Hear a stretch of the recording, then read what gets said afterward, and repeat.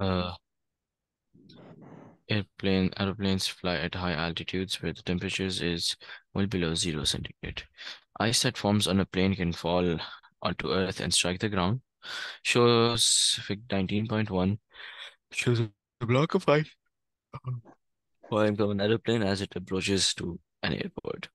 The mass of the falling block of ice is 1.2 kg and the gravitational strength G is 10 newtons kilograms. तो Calculate the weight of ice basically आपके mass. पास mass given और जी की value given है, ठीक है।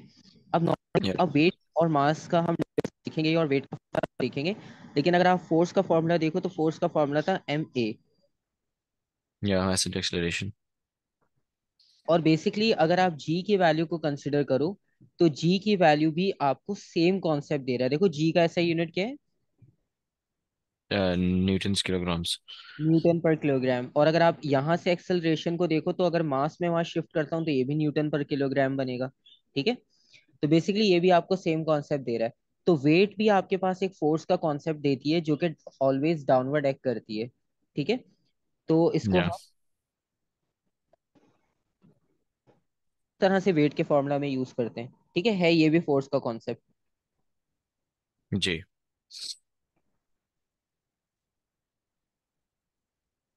Weight equals mass into gravity. तो ये basic सा कॉन्सेप्ट है। और ये इसमें आप 1.2 यूज कर लो। अब ये भी कॉन्सेप्ट फोर्स का ही है, ठीक है, बस आपको क्वांटिटीज यूज करने में बस थोड़ा सा डिफरेंस है। तो ये 12 आंसर हो जाएगा।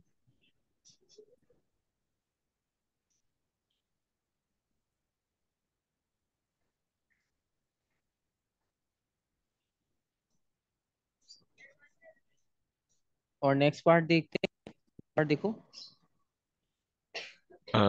Fig 9.2 is the speed time graph for the block for the ice as it falls to the ground.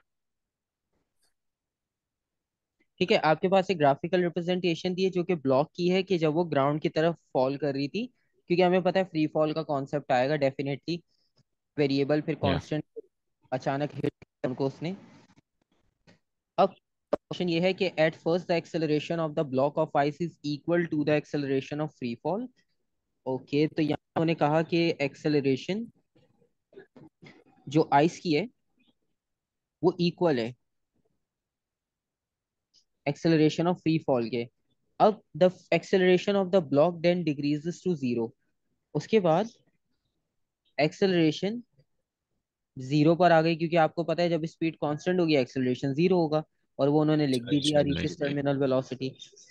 अब वो कह रहे हैं as the block yeah, of ice falls the force of air resistance acting on the block changes. और ये चीज भी हमें पता है डेफिनेटली उस पे एयर रेजिस्टेंस इंक्रीज होना शुरू होगी। अब वो yeah. कह रहे हैं आपसे state the value of F at time T is equals to zero. So the value of F at time zero. Isn't it going to be जो value होती है gravity की? ग्रेविटी की वैल्यू जो 10 न्यूटन पर केजी होती है वो यूज करोगे आप। I'm guessing. मैं आपको ग्राफिकल रिप्रेजेंटेशन भी दिखा देता हूँ, आप उसमें से भी रेफरेंस ले लो अगर वहां से रेफरेंस लेना चाहो।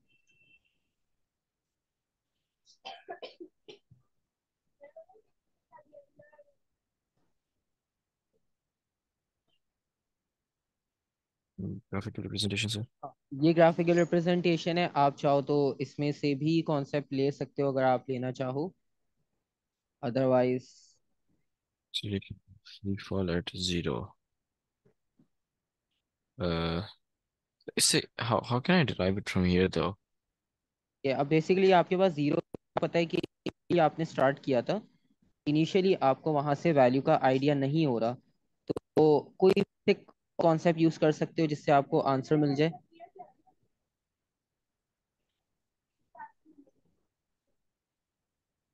Mass state. Force equal mass into acceleration.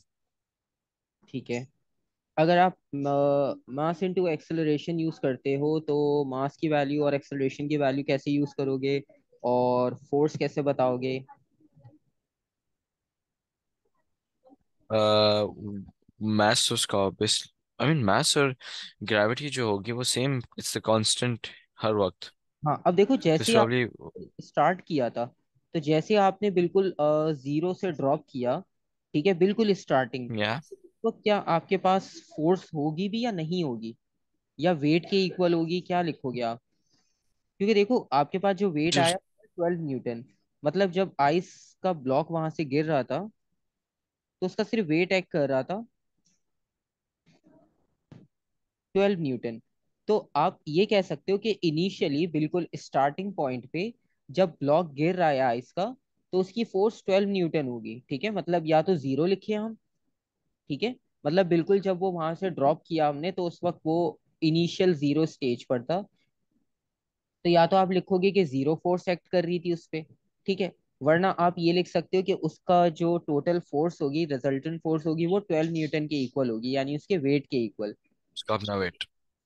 बिल्कुल, उसके अलावा उस पर कोई फोर्स एक्ट नहीं कर रही थी, उसपे कहने का रीजन पर ये है, क्योंकि एयर रेजिस्टेंस की उन्होंने बात की ना, तो अभी उस पर कोई एयर रेजिस्टेंस नहीं है, तो आप इसे जीरो भी लिख सकते हो। और अगर जीरो नहीं लिखते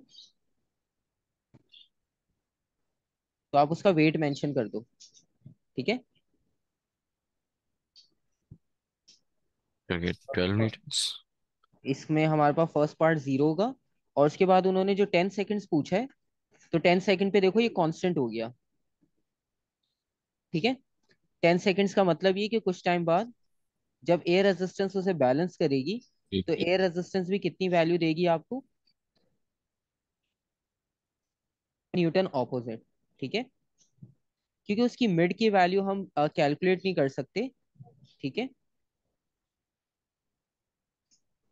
और हम उसका मैक्सिमम और मिनिमम वैल्यू बता सकते हैं।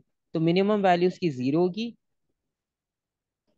और मैक्सिमम वैल्यू आपके पास 12 होगी, ठीक है। जब वो 10 सेकंड पे था उस वक्त उसकी टर्मिनल वेलोसिटी थी, टर्मिनल वेलोसिटी का मतलब है फोर्सेस रिजल्टेंट बैलेंस हो जाएंगे, ठीक है। माइनस हो जाएंगे। या और अब वो कह रहे हैं कि वाई एक्स चेंजेस, एफ की वैल्यू चेंज क्यों होगी? Y changes as there's different forces acting as its acceleration increases या speed stays constant. बिल्कुल, तो आप इसकी में ये लिख सकते हो, क्योंकि अब वो एक्सेलरेट कर रहा है वहां पर, तो एक्सेलरेट करेगा तो उसकी वजह से फोर्स चेंज होगी, क्योंकि एक्सेलरेशन डायरेक्टली प्रोपोर्शनल होती है रिजल्टेंट फोर्स के, ठीक है। अभी या हम पढ़ा था न्यूटन्स लॉ में। और दूसरी चीज ये है कि जी। आप इसको एनर्जी के रिस्पेक्ट से भी बता सकते हो, ठीक है। तो हम्म। आप बेसिकली यहाँ पर ये लिखोगे,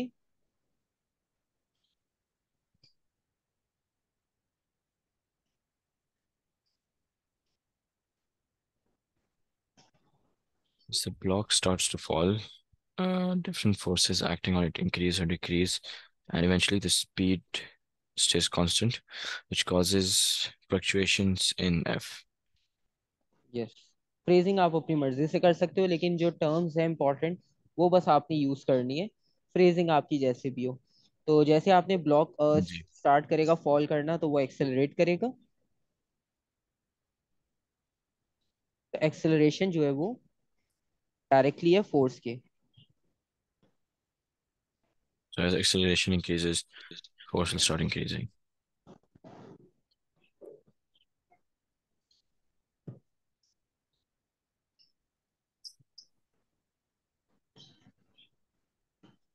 बेसिकली चेंज पूछने का मतलब ये था कि फोर्स इंक्रीज हुई है हमारी, राइट।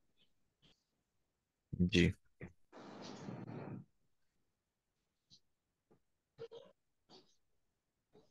और अब वो कह रहे हैं कि state the energy change that take place when the block is falling at terminal velocity. Say the energy change that takes place when the block is falling at terminal velocity. अच्छा, Um, concept क्योंकि अभी आपने इतना detail discuss नहीं किया, पहले जितना भी पढ़ाओ वो एक अलग बात है, ठीक है, लेकिन अभी हमने एनर्जी को उतना डिटेल डिस्कस नहीं किया। लेकिन अगर आपको याद हो कि जब आप ऑब्जेक्ट को बहुत हाइट से ड्रॉप करते हो, तो मैक्सिमम yeah, हाइट पर आपकी कौन सी एनर्जी होती है, काइनेटिक या potential? potential, because potential. kinetic moving वाली होती है। और जैसे ही आप उसे ड्रॉप करोगे तो आपकी पोटेंशियल कन्वर्ट होगी काइनेटिक में प्लस हीट एनर्जी में, ठीक है, फ्रिक्शन की वजह से हीट एनर्जी प्रोड्यूस होगी। ठीक है। या और फिर पोटेंशियल से वो हो जाएगी ना, उसमें क्या कहते हैं, काइनेटिक में। बिल्कुल। तो बेसिकली पोटेंशियल से वो काइनेटिक में ही जा रही है, लेकिन आपको पता है 100% एफिशिएंसी तो नहीं होगी, तो आपको कुछ हीट एनर्जी भी मिलेगी। ठीक है। तो potential energy converts into kinetic energy, and some amount of energy will also converts into the heat energy, right. या अच्छा, इसके बाद काइनेटिक एनर्जी और ये आ गया आइस मेल्ट, तो हम इसको कर देते हैं फिलहाल, क्योंकि ये अभी हमारा पार्ट नहीं है। अच्छा, एक चीज और, आपको याद होगा कि मैंने आपको ये सारी चीजें एक्सप्लेन की थी कि 45 और इस तरह के डिफरेंट एंगल्स के जो क्वेश्चंस होंगे, उन्हें नहीं करना आपने। ठीक है, क्योंकि वो आपके पास अब एग्जाम में नहीं आते, सिर्फ 90 डिग्री के कॉन्सेप्ट्स आएंगे जब से सिलेबस आपके पास चेंज हुआ है। ठीक है। ये डिफरेंट, ओके या अब ये डिफरेंट एंगल्स के क्वेश्चंस इंक्लूड नहीं होंगे। हम्म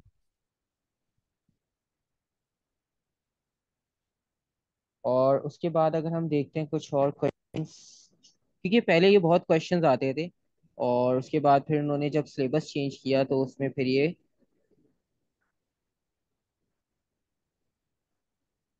90 डिग्री का कॉन्सेप्ट ऐड कर दिया। ठीक है, इसमें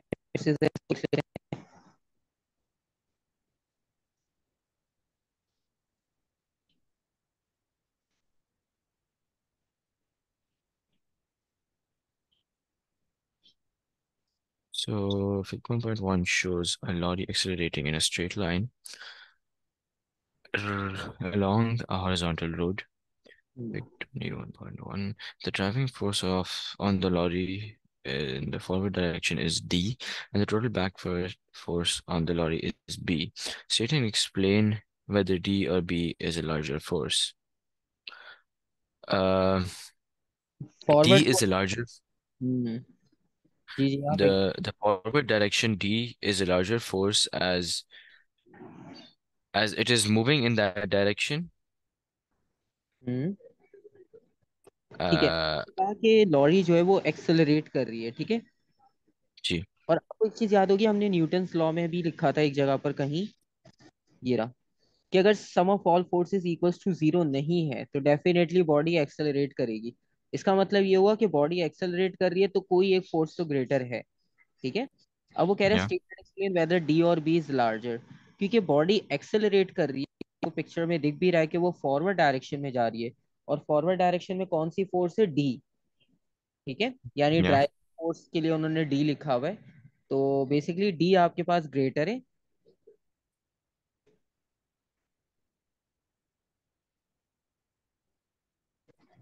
because same concept, A directly proportional है एफ के। ठीक है। Yeah.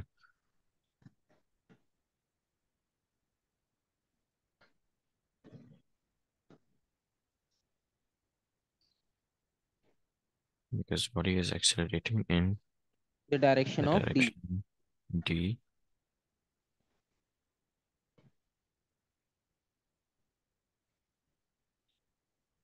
ठीक है, अब देखो कॉन्सेप्चुअली कितना इजी हो रहा है आपके पास चीजों को लिंक करना। ठीक है, एक F equals to M A को उन्होंने किस तरह से आपके पास जो है वो डिफरेंट कॉन्सेप्ट से पूछा हुआ है। और अब वो कह रहे हैं Yeah. Suggest one possible cause of the backward force B. ये भी बहुत इजी है।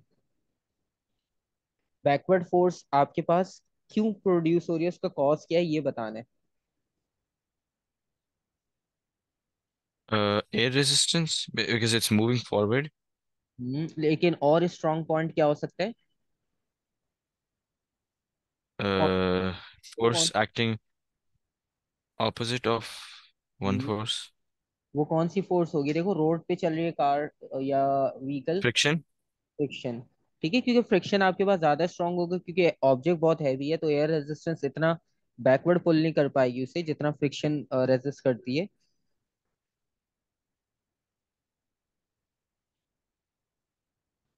एयर रेजिस्टेंस भी लिख सकते हो, लेकिन ट्राई करना कि फ्रिक्शन को आप पहले प्रायोरिटी दो, उसके साथ एयर रेजिस्टेंस लिख दो, फ्रिक्शन एंड एयर रेजिस्टेंस करके, क्योंकि रोड के साथ कांटेक्ट में ना तो फ्रिक्शन का डायरेक्ट रिलेशन आपको दिख रहा है। ठीक है। और उसके बाद या दोबारा से आपके गिवन है यहाँ पर, जी की वैल्यू गिवन है, मास कैलकुलेट करना है। फॉर्मूला क्या यूज करेंगे? mass is given and gravity is given, obviously weight. ठीक तो है, mass हमने यूज किया इस था। साइड पे आ जाएगा, ग्रेविटी ओवर वेट, नहीं, हम्म, या वेट ओवर ग्रेविटी, मतलब 300,000 ओवर 10। बिल्कुल सही। जी।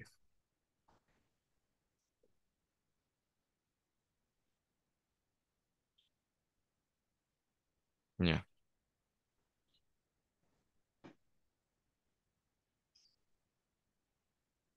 ठीक है, एक जीरो ही कम होगा आपके पास, 10 एक कम हो जाएगा।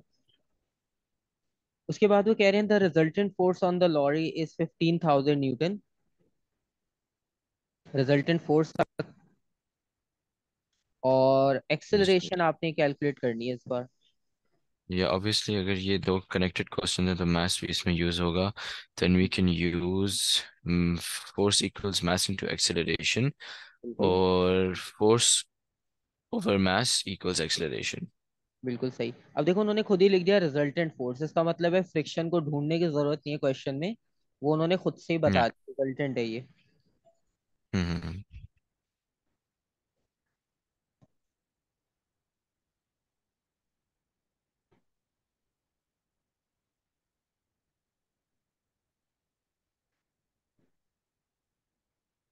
तो आंसर कितना आएगा? हाफ लग रहा है मुझे ऑलमोस्ट, है ना? एक मिनट, 15,000 है।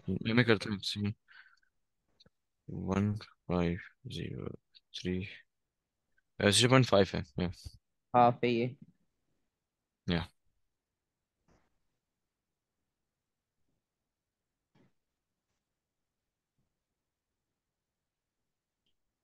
सी।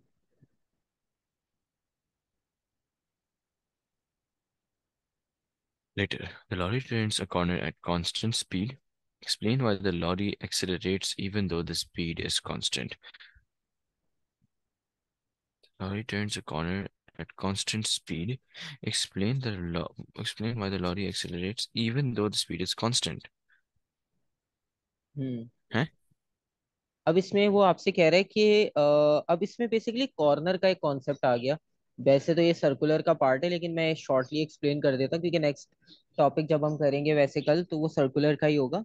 बेसिकली जब आप सर्कल पे टर्न होते हो किसी कर्व पे,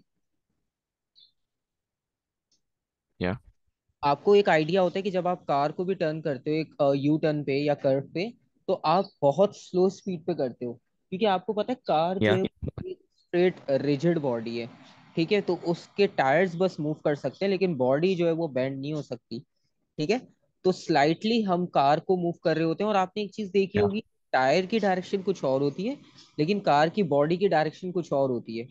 ठीक है, मतलब कार के टायर्स तो कर्व पे आ जाते या हैं, लेकिन बॉडी जो होती है कार की, वो उसके वो टेंजेंट फ्रंट जा फेसिंग रहती है। जी। तो बेसिकली ये जो टेंजेंट का कॉन्सेप्ट है ना, ये हम यहाँ पर यूज कर रहे हैं कि आप अगर इस पॉइंट पर होते तो कार की फेसिंग कुछ और होती, आप उस पॉइंट पर हो कार की फेसिंग कुछ और है। तो बेसिकली आपकी डायरेक्शन चेंज हो रही है, क्योंकि हमने पढ़ा था वेलोसिटी वेक्टर क्वांटिटी है, एक्सेलरेशन भी वेक्टर क्वांटिटी है। तो अगर आपके पास मैग्नीट्यूड चेंज नहीं हो रहा, लेकिन आपकी डायरेक्शन चेंज हो रही है, तो तब भी आपके पास चेंज तो आ रहा है, चाहे डायरेक्शन में आए चाहे मैग्नीट्यूड में आए। ठीक है, तो बेसिकली ये जो या एक्सेलरेशन प्रोड्यूस हो रहा है ये डायरेक्शन के चेंज की वजह से हो रहा है। ठीक है, तो आप इसको लिखोगे हम्म। Acceleration is a vector quantity and due to the direction change of the body acceleration will produce. I mean, why is it there though? मतलब इसको इसमें क्यों ऐड किया इन्होंने, ये वाला पार्ट? नहीं मतलब why is it accelerating, मुझे नहीं समझ आई।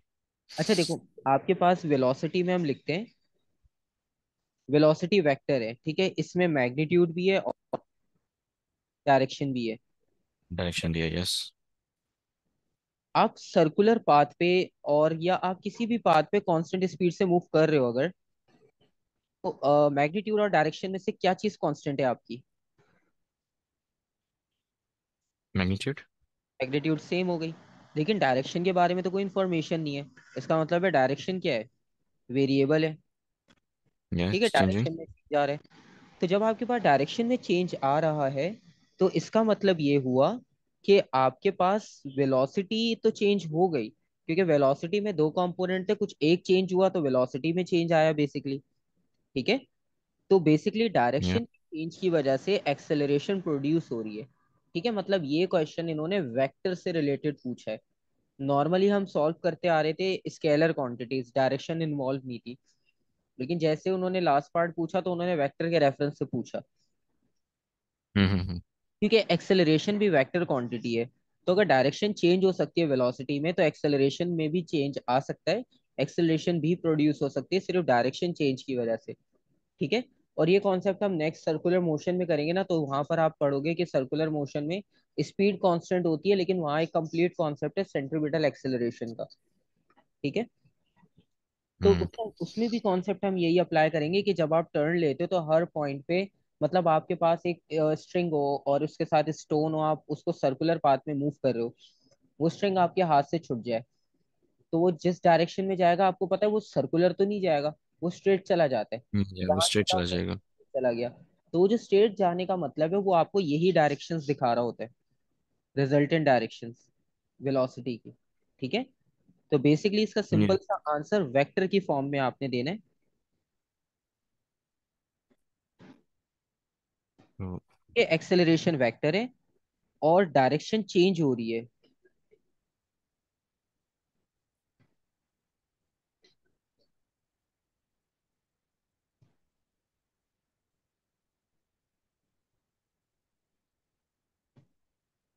Due to change in direction,